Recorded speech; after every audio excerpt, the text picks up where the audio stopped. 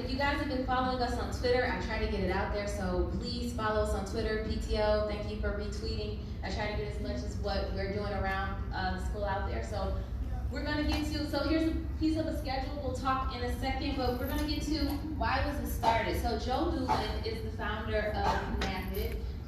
Again, he went to the Million Man March, and after the Million Man March, he decided that we needed to have something where African American families felt more welcome to visit into our schools, and so this was created then. So NAAPID is a national call to action to get African American parents more involved in their child's education.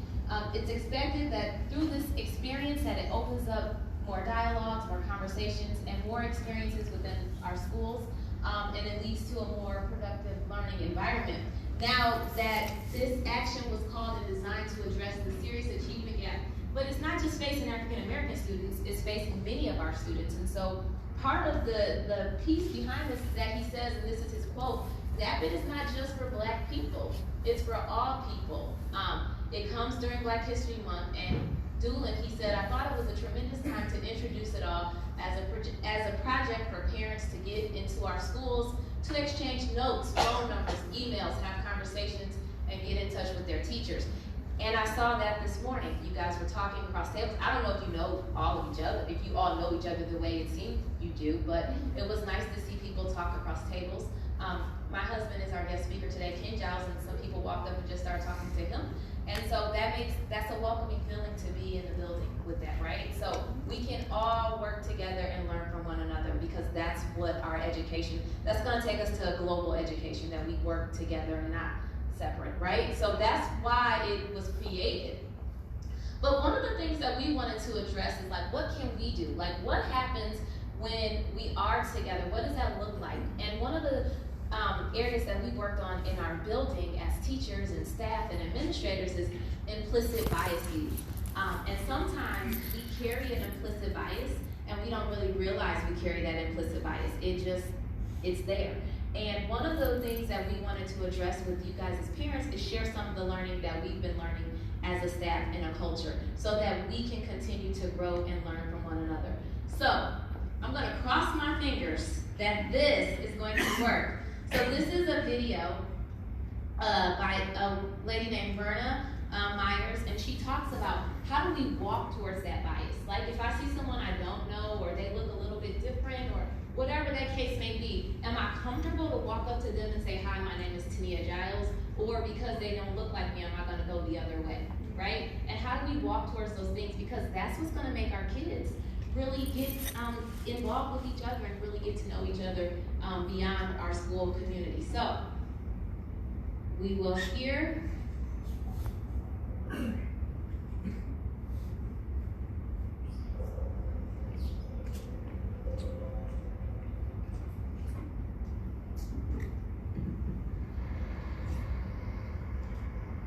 was on a long road trip this summer, and I was having a wonderful time listening to the amazing music that was Wilkinson Warner about his son. It documents 6 million Black folks fleeing the South from 1915 to 1970, looking for a respite from all the brutality and trying to get to a better opportunity up north. And it was filled with stories of the resilience and the brilliance of African Americans. And it was also really hard to hear all the stories of the horrors and the humility and all of the humiliations. It was especially hard to hear about the beatings and the burnings and the lynchings of Black men. And I said, this is a little deep. I need a break. I'm going to turn on the radio. It on, and there it was, Ferguson, Missouri. Michael Brown, 18-year-old Black man, unarmed, shot by a white police officer, laid on the ground, dead, blood running for 4 hours, while his grandmother and little children and his neighbors watched in horror. And I thought, here it is again. This violence, this brutality against Black men has been going on for centuries. I mean, it's the same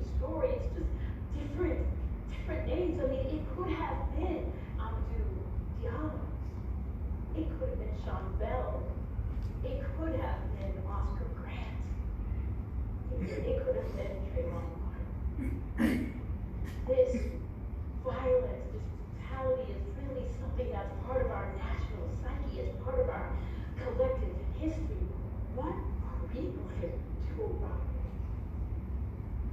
You know, that part of us that still crosses the street, locks the doors, clutches the purses, where we see young black men, that part. I mean, I know we're not shooting people down in the street, but I'm saying that the same stereotypes and prejudices that fuel those kinds of tragic incidents are in us. We've been schooled in them as well. I believe that we can stop these types of incidents, these Fergusons from happening by looking within and being willing to change ourselves. So I have a call to action for you. There are 3 things that I want to offer us today to think about as ways to stop Ferguson from happening again. 3 things that I think will help us reform our images of young black men. 3 things that I'm hoping will not only protect them, but will open the world so that they can thrive. Can you imagine that? Can you imagine our country embracing young black men, seeing them as part of our future, giving them that kind of openness, that kind of grace we give to people we love? How much better would our lives be? How much better would our country be? Let me just start with number 1. We gotta get out of denial. We don't need, stop trying to be good people. We need real people. You know, I do a lot of diversity work, and people will come up to me at the beginning of a workshop and like, oh, Miss Diversity Lady, we're so glad you're here. But we don't have a rhizome in our body. And I'm like, really? Because I do this work every day and I see all my body. I mean, not too long ago I was on a plane and I heard the voice of a woman probably coming over the PA system, and I was like so excited. I'm so proud. I was like, yes, women, we are rocking it. We are not in the stratosphere, you know? It was all good, and then it started getting turbulent and bumpy, and I was like, I hope she can drive. I know, right, but and it's not even like I knew that was a bias, and so I was coming back on the other leg, and there's always a guy driving, and it's often turbulent and bumpy, and I've never questioned the confidence of this male driver. The pilot, good. Now here's the problem. It's like, if you ask me explicitly, I would say, female pilot, awesome.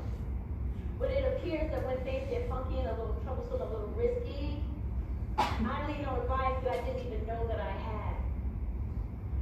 You know, fast-moving planes in the sky on a gap. That's my default. They're my default. Who is your default? Who do you trust? Who are you afraid of? Who do you implicitly feel connected to? Who do you run away from? I'm going to tell you what we have learned. The implicit association test, which measures unconscious bias. You can go online and take it. 5 million people have taken it. Turns out our default is white. We like white people. We prefer showed images of black men and white men. We are more quickly able to associate that picture with a positive word, that white person with a positive word, than we are when we are trying to associate positive with a black face. And vice versa. When we see a black face, it's easier for us to connect black with negative than it is white with negative. 70% of white people taking that test prefer white. 50% of black people taking that test prefer white. You see, we were all outside when the contamination came down. What do we do about the fact that our brain automatically associates? You know, one of the things that You probably are thinking about me, probably like, you know what? I'm just gonna double down on my colorblindness. Yes, I'm gonna recommit to that. I'm gonna suggest to you, no. We've gone about as far as we can go trying to make a difference, trying to not see color. The problem was never that we saw color. It was what we did when we saw the color. It's a false ideal.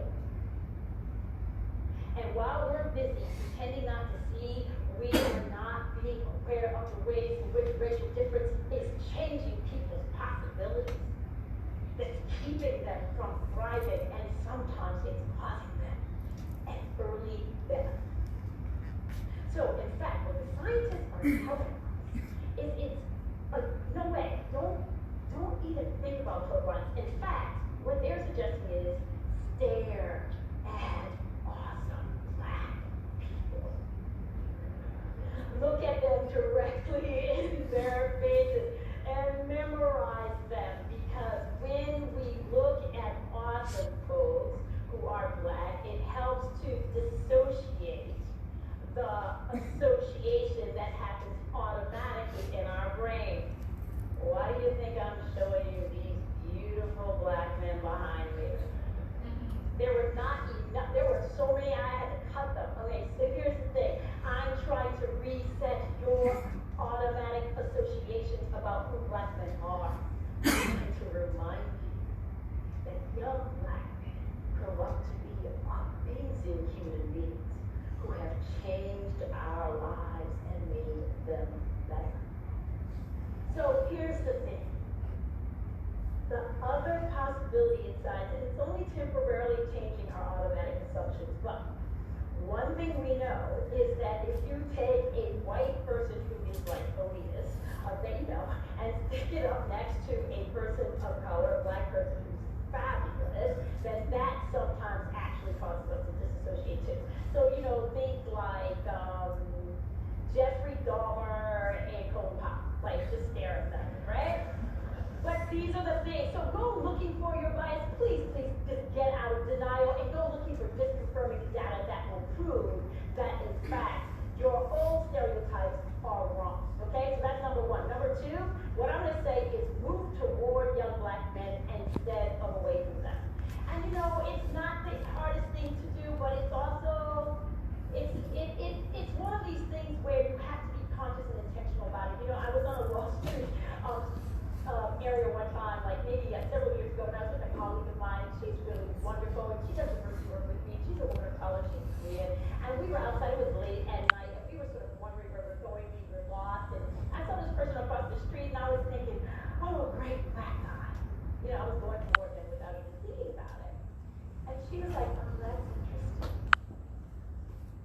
The guy across the street, he was a black guy. I think, black guys generally know where they're going. Like, I don't know why exactly I think that, but that's what I think. Okay, so she was saying, oh, you were going, yay, black guy. She said I was going, black guy. Other direction. Same need, same guy, same clothes, same time, same street. Different reaction. And she said, I feel so bad, I'm a diversity consultant, I get the black guy today. I'm a woman of color, oh my God. And I said, you know what? Please, we really need to relax about this. I mean, you gotta realize I go way back with black guys. My dad is a black guy. You see what I'm saying? I got a 6'5" black guy's son. I was married to a black guy. My black guy thing is so wide and so deep that I can pretty much sort and figure out who that black guy is. And he was my black guy. He said, yes, ladies, I know where you're going. I'll take you there. Biases are the stories we make up about people before we know who they actually are. But how are we going to know who they are when we've been told to avoid and be afraid of them? So I'm going to tell you to walk toward your discomfort. And I'm going to ask you to take these crazy risks. I'm saying just do an inventory. Expand your social and professional circles. Just like who's in your circle? Who's missing? How many authentic relationships do you have with young black people, folks, men, women, or any other major difference who you are and how you roll, so to speak. Because you know what? There may be, just look around your periphery. There may be somebody at work, in your classroom, in your house of worship, somewhere. There's some black young guy there. And you're nice. You say hi. I'm saying go deeper, closer, further. And build the kinds of relationships, the kinds of friendships that actually cause you to see the holistic person and to really go against stereotypes. I know some of you are out there, because I have some white friends in particular, they would say, you have no idea how awkward I am. Like, I don't think this is going to work for me. I'm sure I'm going to blow this. Okay, maybe, but this thing is not about perfection. It's about connection. And you're not going to get comfortable before you get uncomfortable. I mean, you just have to. And young black men, what I'm saying is, if someone comes your way genuine and authentically, take the invitation. Not everyone is out to get you. Go looking for those people who can see your humanity.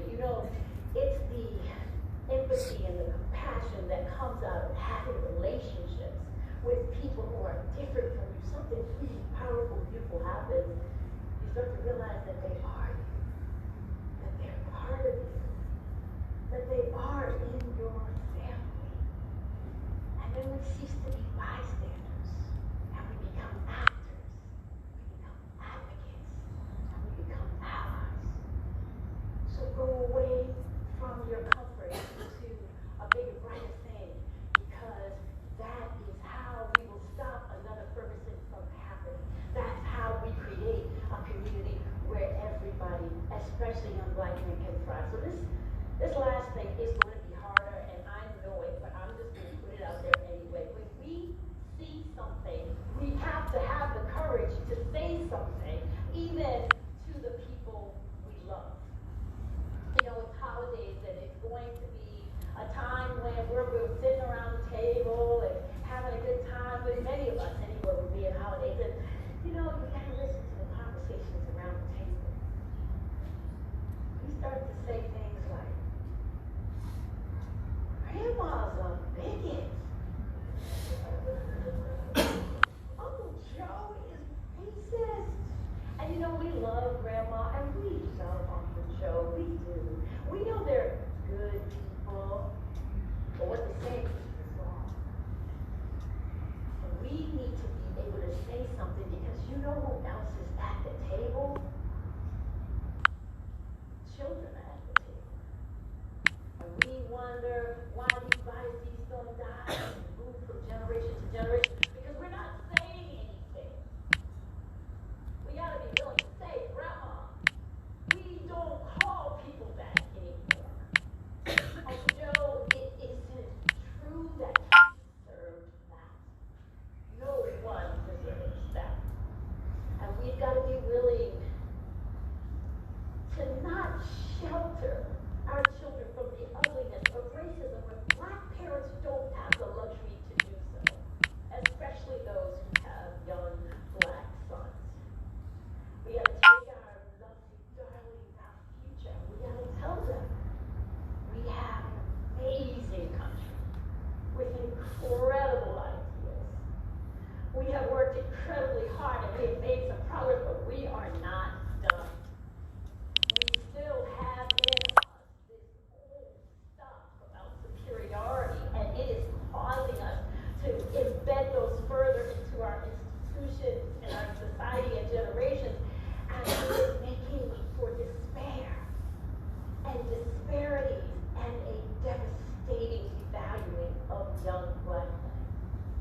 We still struggle, you have to tell them, with seeing both the color and the character of young black men.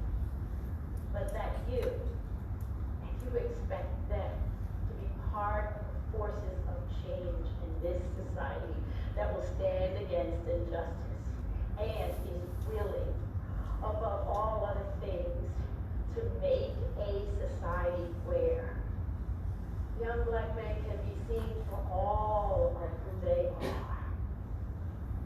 So many amazing black men, those who are the most amazing statesmen that have ever lived,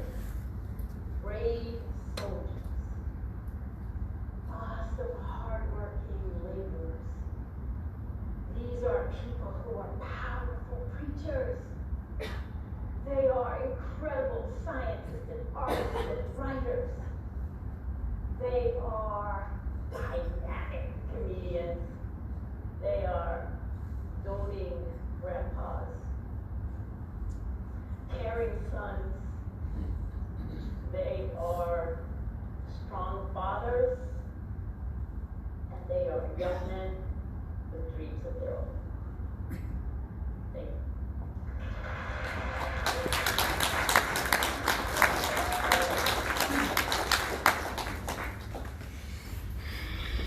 So, thank you guys for listening and understanding that we are working to make sure we are walking towards our biases. And I'm kind of with her on the airplane. I do get nervous, but I'm nervous with whoever's a pilot. My husband is actually here. He's gonna, okay, we got some sound in the background. Let me stop something. And so I look at everybody, every family, every pilot. I'm like, wait a minute, why are people moving? Why can't you just use the bathroom when we land? Like we just got in the air. Like I get her on the plane, I get very nervous. But we are awesome, and we are working on those biases that we're walking towards. So I'm going to introduce my husband, Giles, and he's going to give a little talk, and then we'll be sending you off to your students' classrooms.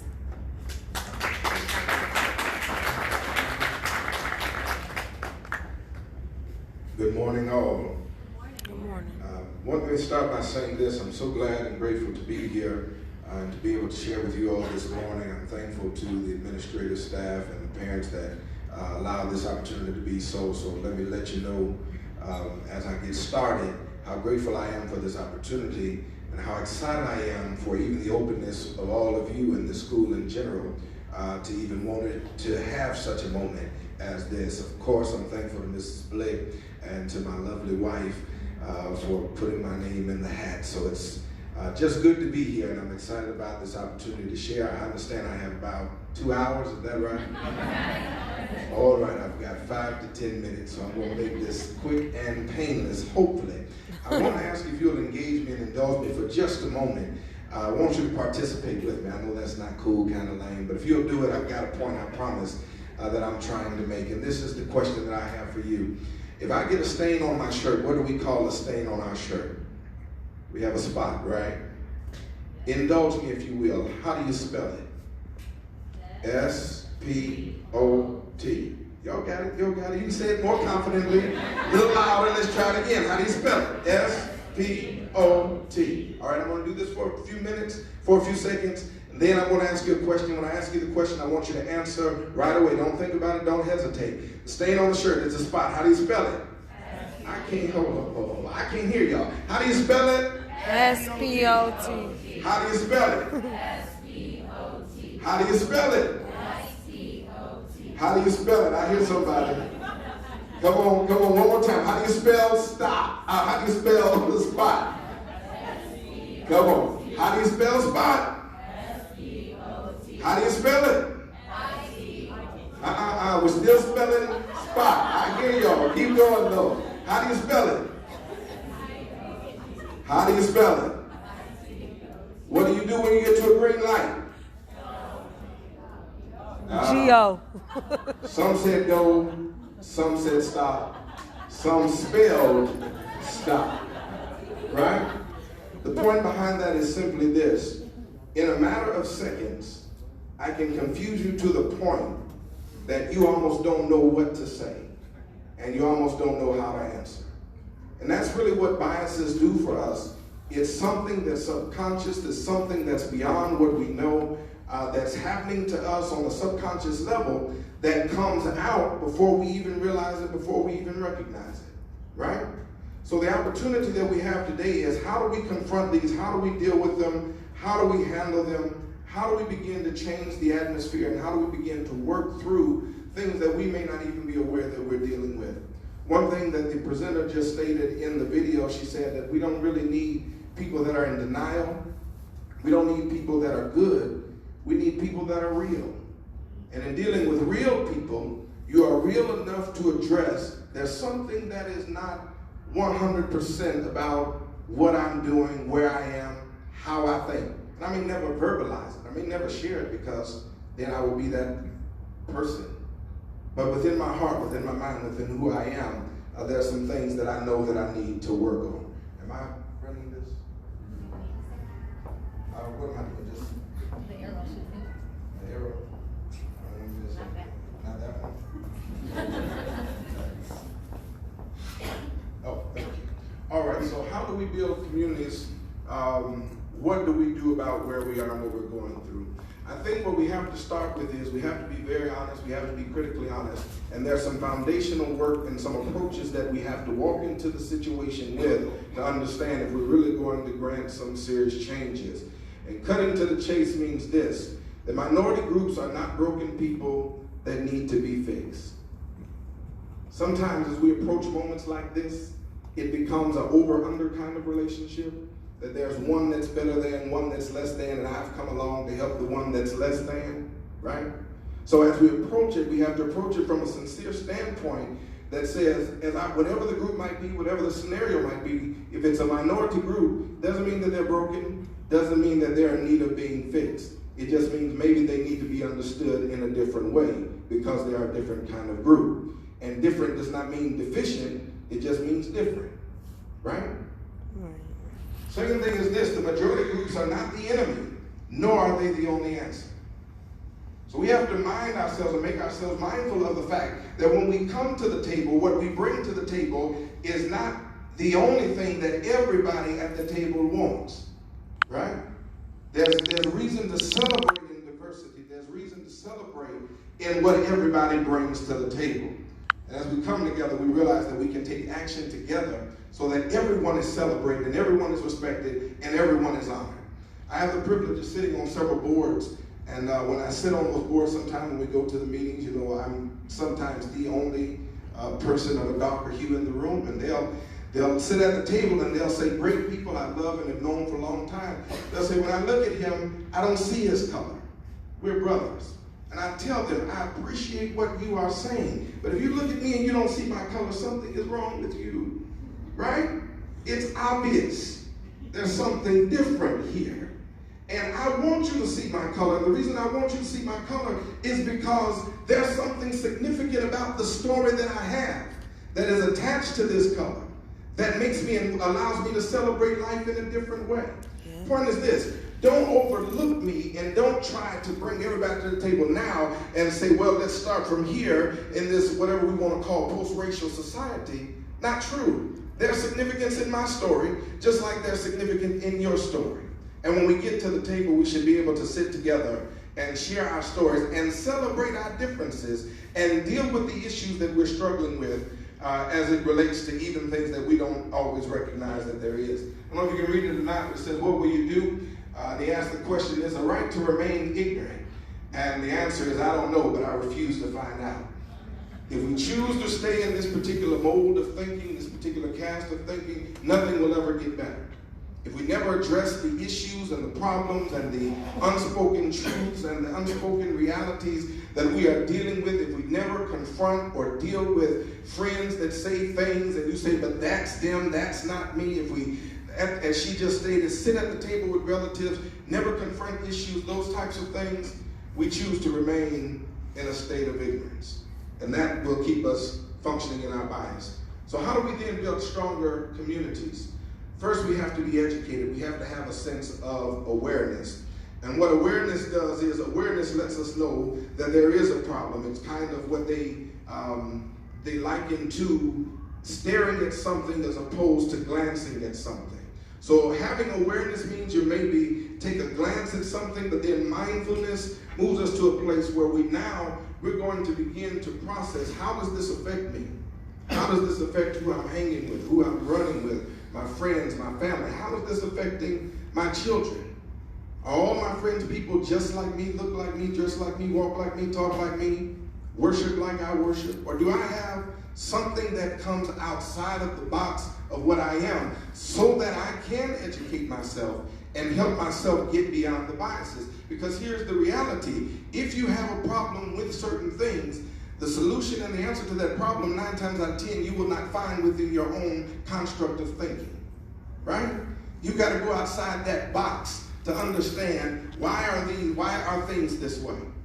Why do you like this? Why do you not like this? Why do you see this as being a problem? Why is this not a problem? Why is this an issue? What's going on? There has to be a level of awareness. That links as well to exposure. There has to be contact.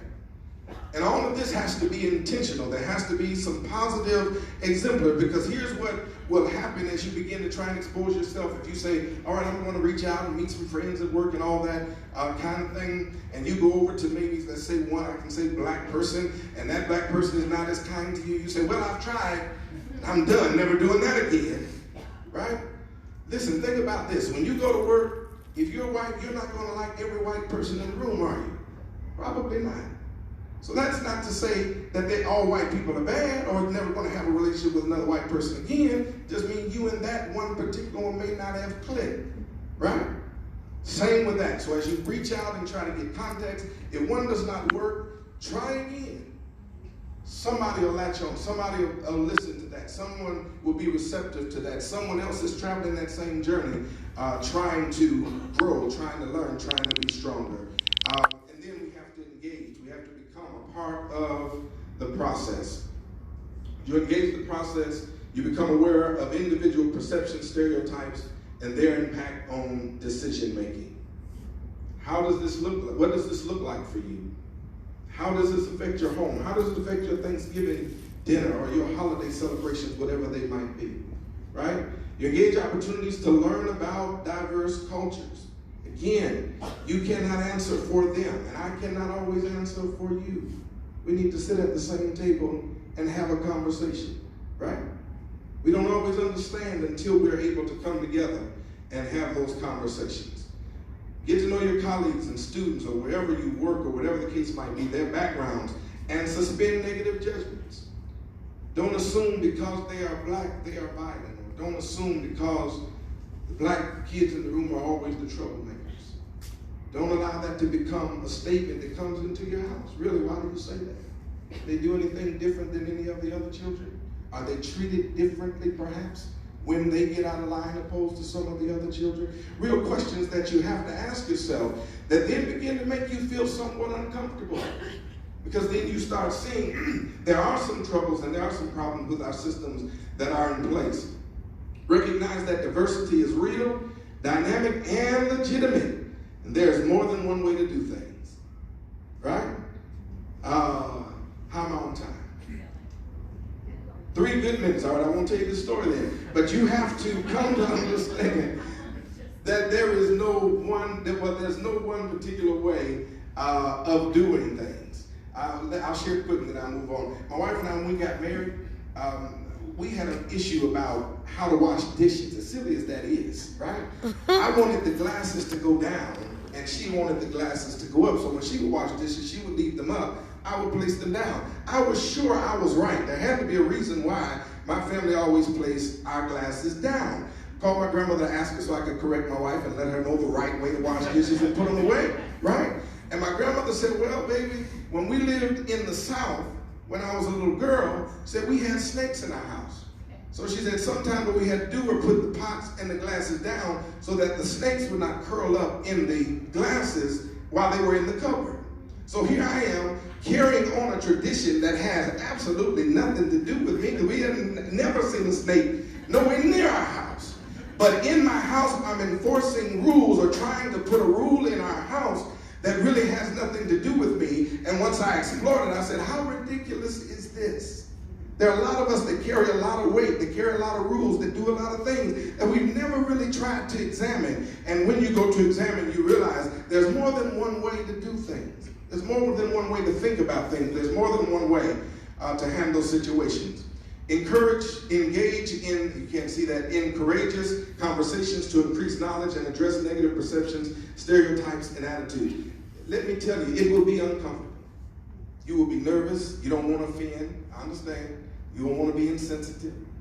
But the reality is you'll never change until you're willing to have that courage to really address conversation. And you do it with some level of social intelligence where you get to the place where I'm comfortable enough to ask and not where I'm reaching up to you. So your hair is kind of different than you see, right? Than mine. What is that like? How do you see? You have to begin to build those relationships so that you can have that level of comfort and that level of conversation. Martin Luther King says this: nothing in the world is more dangerous than sincere ignorance and conscientious stupidity. If you choose not to be better, if you choose not to do anything different, if you choose to always remain in your comfort zone, we will continue to get the results that we've gotten these last however many years that they have been. But if you can have the courage to stand up, to step up, to begin to change your tone, your thought process, how you engage, who you engage with, you'll see that the world will slowly begin to change. If not on a massive level, at least in your home, at least with your children. You have the power to influence. One of my most favorite persons, and I'm done, Dr. Maya Angelou, the late great Dr. Maya Angelou, she said this: when you know better, you ought to do better. And that ought to be all of our challenges as we attempt to deal with our own biases and deal with our own shortcomings and deal with our own idiosyncrasies and problems that we are faced against day in and day out. When we learn better and know better, we ought to do better so that the world can be a better place as a result. Thank you again for your time.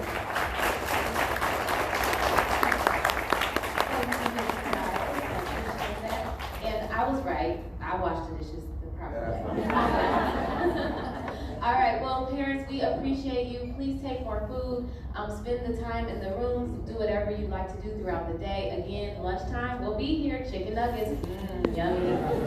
And enjoy. If you have any questions, stop by and see me at the office. Yes. Can I say something to the group? I mean, we were meeting here today, and we are all getting educated.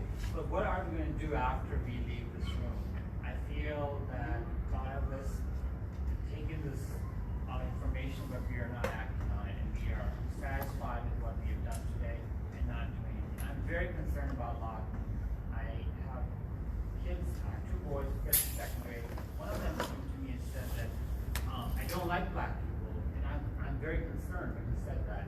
And he said that that's because something happened to him and it involved a black student. And the other day he said something in the same time period, I want to be white. And I said, why? Because all of my friends are white. And it got me thinking, this is very concerning to me that we are not reaching across to each other. There is a set of complaints or concerns that, for lack of a better word, non-white parents, and then there's a set of concerns for black parents. For the non-white, it might be something as Maslow's hierarchy of needs. Maybe it's the safety issue, and then the black parents may have an issue like your husband indicated that it could be because they're treated differently. It's assumed that the troublemakers are. The white kids or others may be given a pass.